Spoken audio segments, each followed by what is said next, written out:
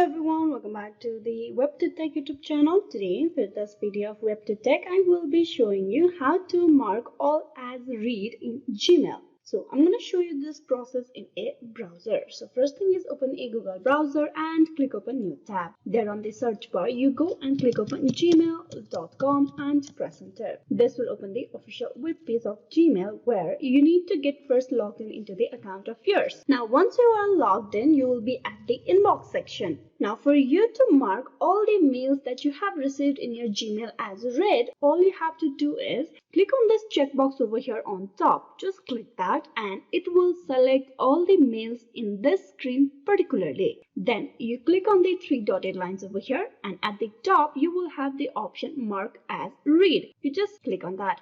And you can see all the mails have been marked as read and none of them is marked as unread. This is a very simple process for you to mark it as read. All you have to do is follow these simple step process. It's just around 3 processes for this to be completed. Hope this video was useful. Please like and subscribe the WebToTech YouTube channel. Thank you for watching till the very end.